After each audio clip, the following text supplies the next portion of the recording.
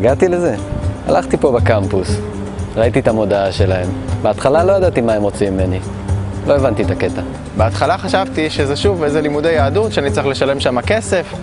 אחר כך הבנתי שאני בא, אני גם לומד, גם מעשיר את עצמי, ועוד משלמים לי על זה. מלגות ללימודי יהדות? עזוב, הייתי בטוח עושים להחזיר אותי בתשובה. ועוד לקנות אותי בכסף? אמרתי לעצמי, דוס, אני לא הולך להיות. אבל ללמוד, למה לא? סטודנט או לא סטודנט? האמת שתמיד רציתי לדעת יותר על יהדות. ובבית ספר, שיעורי תנ"ך, מי זוכר אותם בכלל? לפעמים זה גם בארמית. איך ניגשים לזה בכלל?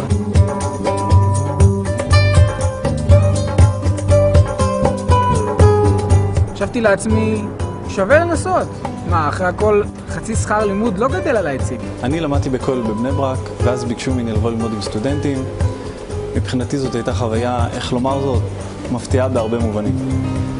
חשבתי לפגוש אנשים מאוד מסוימים, עם תחומי עניין מאוד שונים, אבל פגשתי אנשים מאוד רציניים, עם הרבה עניין ורצון להבין, ואני מאוד נהנה. אני לא חושב שדיברתי עם בחור ישיבה לפני זה. הייתי בטוח שהחבר'ה האלה פנאטים. נסו להניח עליי תפילין כל 5 דקות. במקום זה מצאתי חבר אמיתי, איש שיחה, פרטנר לדיונים. והדיון שמתנהל פה ברמה האקדמית הכי גבוהה שאני מכיר. ממש סיור מוחות. האמת שהופתעתי. הופתעתי מזה שאף אחד לא אומר לך מה לעשות. נותן לך ידע, נותן לך את הכלים להתמודד עם השאלות. לגבי התשובה, זאת כבר שאלה אחרת. למה אנחנו פה? מה המשמעות של כל זה? ומה זה בכלל להיות יהודי?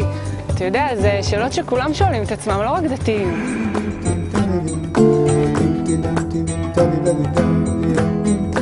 גם אם אין תשובות ברורות לכל השאלות, דבר אחד ברור.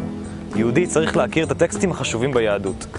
לדעת מי זה הרמב"ם, לאיזה צד פותחים את התלמוד, על מה מדובר שם בכלל. פתאום גיליתי שיש מערכת שלמה של חוקים שחשבו עליה, בדקו אותה ועבדו עליה יותר מ3,000 שנה. פתאום אתה מבין, מאיפה כל הפרסי נובל האלה? מה אני אגיד לך?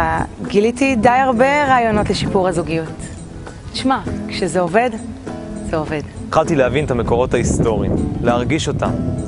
זה כמו מסע בזמן. מאחורי מושגים שהיו בשבילי סתם מילים בלי משמעות, גיליתי סיפורים מרתקים. אין כיף גדול יותר מלגלות עולם חדש. במיוחד אם זה העולם שלך בסופו של דבר.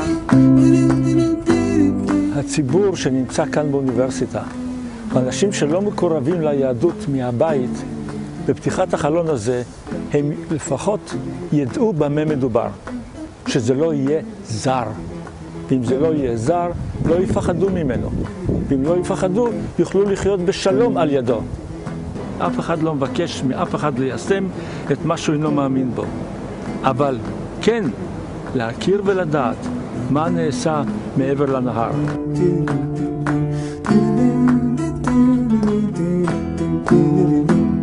גיליתי מחדש מקומות שהיו מתחת לאף שלי, כל החיים. ראיתי ירושלים אחרת ממה שהכרתי, ותבין, אני הייתי בחוגי סיירות. חשבתי שאני מכירה שם כל פינה, אבל פתאום חוויתי אותה ממקום אחר, כיהודייה, לא כתיירת. הטיול לחו"ל? וואלה, אם רק באוניברסיטה בסוף כל קורס היו לוקחים אותך לטיול בחו"ל. הביקור במחנות לימד אותי המון. קודם כל על עצמי. אני כבר הייתי שם בתיכון, אבל הפעם זה היה משהו שונה לגמרי. הצלחתי לקבל את הערכים. פגשתי פה אנשים איכותיים, אנשים מאוד אינטליגנטים, אנשים שבאמת אכפת להם. בתוך כל המרוץ המטורף הזה של לימודים ועבודה וכל בעיות השגרה, זה המקום היחיד שאני מוצאת מין שקט כזה לדבר על הדברים שחשובים באמת. תשמע, כמו שאתה רואה, דוס לא נהייתי, אבל זה כן שינה משהו מהותי בחיים ולטובה. ברוך השם.